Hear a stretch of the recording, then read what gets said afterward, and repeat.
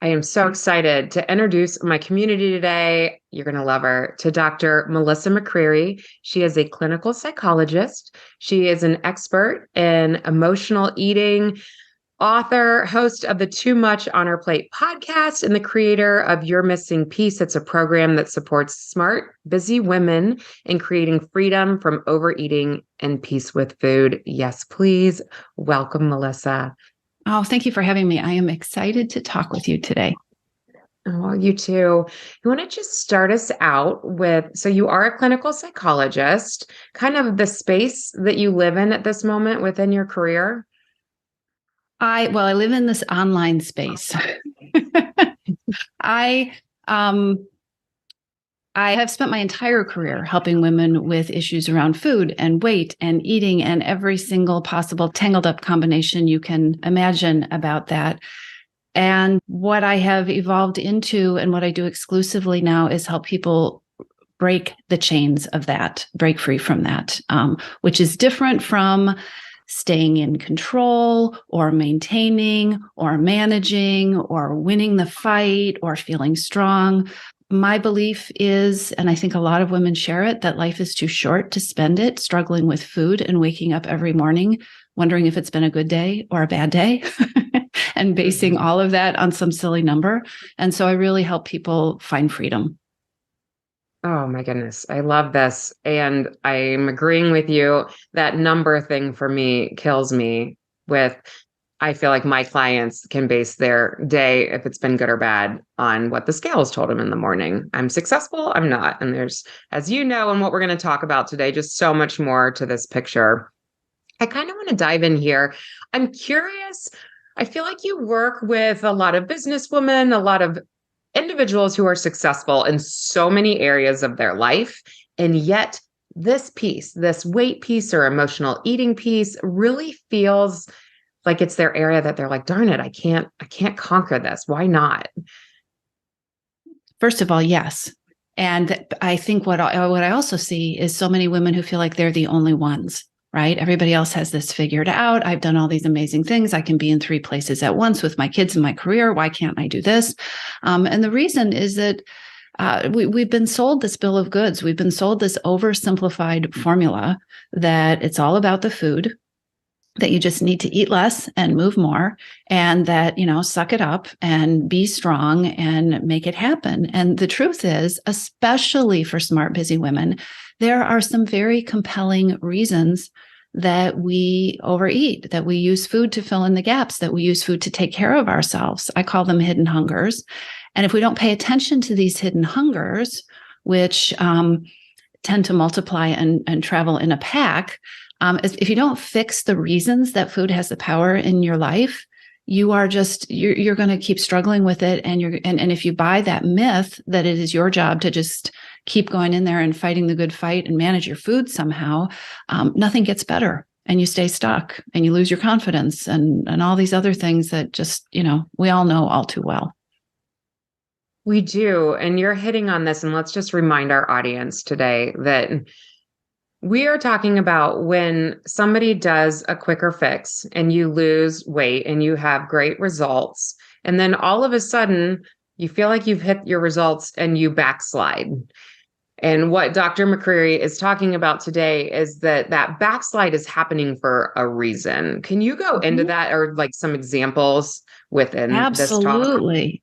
And it's not even the back, it gets bigger than the backslide, because it's also over time, you go through this a few times, you don't even want to get started, right? It's like, why do I even try?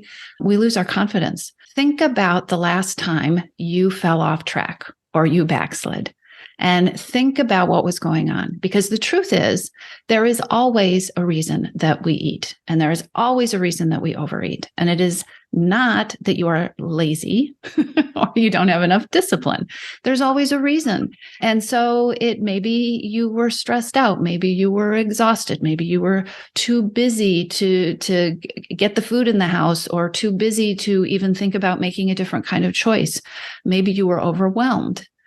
Maybe you had all those things going on, and then you have some emotional things thrown at you, and you either don't know how to deal with those emotions, or actually what happens so frequently is you kind of know how to deal with the emotions, but you don't have the bandwidth at the moment because you're exhausted and you're stressed and you're overwhelmed and you're trying to do 12 things at once.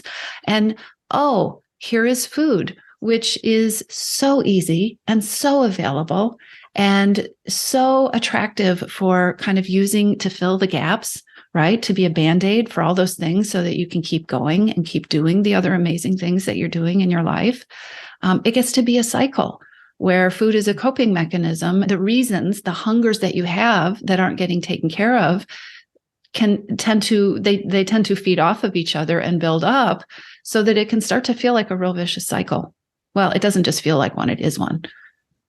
Agreed. I was going to say, one of my questions for you was going to be, what do you think like the barrier is of somebody reaching out to a psychologist, somebody helping with those barriers and those, but you kind of answered it. It really is more the bandwidth I'm hearing out of you. It's the energy. Is that kind of why you feel like people stop at the, I know there's something deeper, but I'm not going to go there right now? Well, I don't think we always know there's something deeper. I think that there is so much diet culture just teaches us over and over again that if this isn't working, you haven't tried hard enough.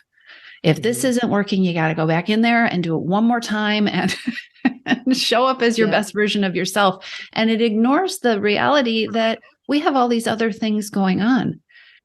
We get in these battles. That whole idea of working harder fuels more hidden hunger. The more we're working harder, the more we're focusing on getting the food right or tracking or doing whatever crazy plan of the month it is that we're doing, the less we're paying attention to feeding ourselves what we really need, right? What the thing, and here's the magic piece that when you start to pay attention to your hidden hungers, when you identify what they are, and when you get clear on how to start taking care of yourself in that way, food loses its power, right? You start being fed and you don't need that Band-Aid to cover over something that you aren't getting because you start to be able to get it. That's so good. Okay. I'm loving the buzzword hidden hungers. And you say they travel in packs. Let's take a deep dive into all of this. And when we take a deep dive, I think it's really important to people who are listening not to get overwhelmed, because here's what happens. I start to talk about hidden hungers, and most of us start to think, oh my gosh, I have all of them. So this is another big overwhelming mess. What am I supposed to do with this? So here's where it's important to be strategic. It's important to understand that hidden hungers travel together, and you don't have to fix all of them. You don't have to get perfectionistic about this to make an impact, right? It's about getting strategic and knowing where to start making a difference. So the 5 hidden hungers that I see most commonly among smart, high-achieving women are hunger for stress relief, right? So stress eating, all that. We know what that is. Hunger for self-care and for me time. Hunger for self-care and me time, not getting enough of what you need. And so you're using food to fill in the gap. The third one is a hunger for emotional effectiveness, which is a big way of describing the reason that a lot of emotional eating, not all emotional eating, but a lot of emotional eating happens.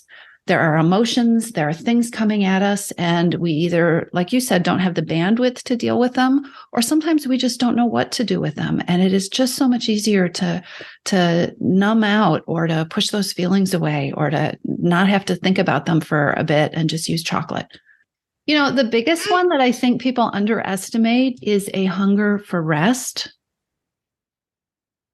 So much eating happens out of exhaustion, so much overeating, and also emotional eating, right? Because we're exhausted, and there are physiological triggers for that, and there are so many psychological triggers for eating. To try, how much eating do we do to try to keep going, or to try to perk ourselves up, or to try to just not think about how tired we are?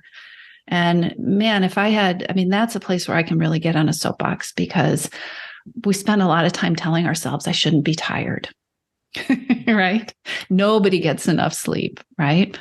So, okay, so hunger for rest. Which one did I miss? Hunger for me time and self-care, hunger for emotional effectiveness, stress relief. Oh, hunger for compassion. Mm. Hmm. Yeah. And I think that's another one that people miss. Compassion for yourself, right? Compassion for the reality that it's been a hard day or I've been doing all the things, right? When you have mindless eating, when you have eating to numb out, when you have eating to distract yourself, when you have eating that's going on as a way to just not be present, often that is a sign that what you really have is a hidden hunger for compassion. What you really need is an acknowledgement of things are hard. Or I'm doing a great job. I am doing an amazing job. Look at how I'm showing up for everybody. And I would like to be seen. I would like to see myself for starters. So there's some powerful hidden hungers there, which I think people most often recognize the eating, the emotional eating, the stress eating, the eating to numb out, right? The mindless eating, the eating that you do when you're too busy and you're not making good choices. But it is so important to look at why eating is happening. I guess that's what I really, if there's a writer downer from this episode, it's really that. No, this is so good. And I was going to say, I feel like people can get behind, I'm stress eating, the ones that you're mentioning, Mm-hmm. I'm numbing out. Like they kind of get that those things correlate. And then I have had clients even be like, the other's fluffy. Like, I think they can hear that it's important, but to like take that and believe it and have faith in it to the point that they're ready to make changes around it Yep. is really hard or doesn't happen. We have these labels for the type of eating or overeating that you're doing, and they're not always useful, which is why I talk about hidden hungers. And it's why I developed, there's a hidden hungers quiz that I offer for free, because you can say, for instance, I'm a stress eater. Stress eating is such a great label. We can slap it on so many things. I'm a stress eater. But is that really the place to start? First of all, so many people who are stress eating say, well, yeah, because I have this stress and there's nothing I can do about it. I can't change the stress, so I'm trapped, right? But so many times, stress eating, what we're calling stress eating, is really actually being fueled by that hunger for rest. We're really exhausted. And yes, we have the stress, but the stress has led to exhaustion. Or we really are stressed, but what we really need is some compassion. Or it's a complicated recipe. But what's exciting about it is when you start to identify what your primary hidden hunger is and where you can start intervening, and you start getting some resources, which we do give you when you take the quiz. But to deal with those things, you can start making an impact in areas where you don't think it's possible to make changes. Did I say that in a way that makes sense? Oh, absolutely. And I think if individuals can take this away, again, we're a microwave society, fast fixes. You have a program. How many weeks long is your program? Missing Peace program is actually a 6-month program. It is a deep dive coaching program where we cover so much more than hidden hungers. But go on with your question. Yeah, but so I love that you just said 6 months, because if we get the opportunity to work with people individually, there's these little onion layers that keep getting peeled back. And it's like, okay, now we've talked about that. So if we even just take the example of tiredness. If we start to change tiredness, that's one little onion layer. And then maybe if we're not as tired, we can work on our boundaries more. And if we can work on it's such a deep integrated process that I don't think a lot of people understand, or to your point, get overwhelmed and think, I don't have time for that. I don't But have if you time for can that. pick away Yeah. at it, right? And when you start to pick away at it, it's not like you have to solve the whole thing, to go back to perfectionism, right? As you start to take a layer, you address your tiredness, right? Guess what? You have more energy. You can focus more. You have more creative thinking ability to even think about what should I have for dinner or how could I have fun, right? And Yeah. so you don't have to fix all the pieces, because just like all these negative hidden hungers can create a vicious cycle, starting to feed yourself what you really need, starting to feed those hidden hungers can create the inverse. You can create this positive cycle of momentum where you're getting more of what you need and you're feeling better, and you're not feeling stuck, you're moving forward. I love that. I agree. I actually just had a client the other day tell me, because she deals with some autoimmune things and she's gotten some of them under control to some extent. And she looks back at when she was so tired and when she wasn't feeling well. She was like, I'm actually proud of myself for even doing what I was doing, because now that I feel better, now that I'm more well rested, Now the motivation's there, but thinking back on how was I living in that space and Yeah. still even just functioning as a human? But it felt normal to her when she was living in this space. Oh, so Do you many of get that us a are lot? over functioning. So many of us are over functioning at, 120%, and we don't even know it. Right. Yeah. And Yeah. it is funny. Some of like yours, to your point, that some of these hidden hungers feel like fluff, right? How many times a day do we tell ourselves we shouldn't need things or we Mhm. shouldn't feel a certain way, right? When you start actually being honest with yourself about your needs, and guess what? There is a reason. If you are overeating, if you are emotional eating, there is a reason. And when you start having just the compassion to have respect for that, that alone starts to make a huge impact and starts to shift things. Yes. So give us a little talk on with the compassion. Taking the most hardcore person who can't even Mm-hmm. wrap their brain around compassion matters. Like, what's the Mm-hmm. baby step into compassion? I think the smallest step is taking on this idea that there's a reason I'm doing what I'm doing, Hmm. right? So good. I'm not Mhm. stupid. I'm not trying hard enough. It's not that I don't care. Take a look at the soundtrack in your head. Mindset Mhm. is so powerful, right? They take a look at what the thoughts that you were telling yourself. If you find yourself avoiding and actually eating to push things away, it's probably because there's a harsh message there around some of it, right? I should be doing more. I shouldn't be tired. See, and this is how they overlap. You can have a hidden hunger for rest, but if you're like, I shouldn't be feeling this way, I should be stronger, I should be able to do this, you stupid, whatever, all that stuff that we do in our head. Wait a minute. Compassion, taking a deep breath. There's a reason this is happening. Whatever it is, I'm having a hard day, or this is a really hard day, or my boss really is a jerk, or like it's okay to be kind to yourself. And diet culture doesn't teach us much about kindness to ourselves. Actually, it doesn't teach us anything about kindness towards ourselves. No.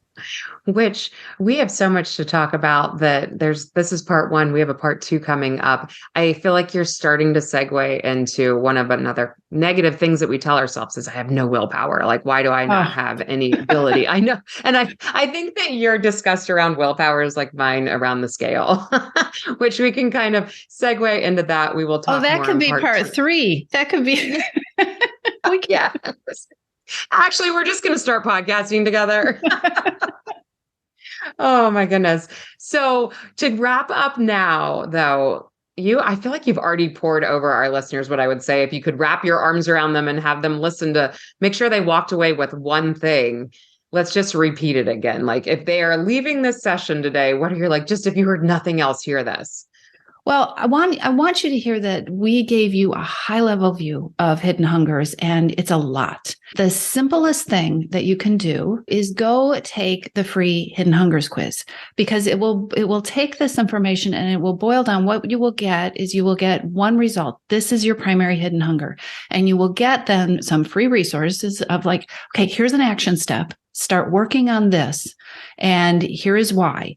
And because we've talked about so many ideas today, and it's all important, but one thing is what makes a Yeah. difference, right? It'll give you So, a focus. yeah. So the Hidden Hungers quiz, which is at toomuchonherplate.com/emotional eating quiz. And I'm sure you'll put the link in the show notes or something like that. But take the quiz, make it easy, and do not worry if all of these things sound like you, because that just makes you a human being who's really busy. You are seriously amazing. Thank you so much for joining us today. Thank you for having me.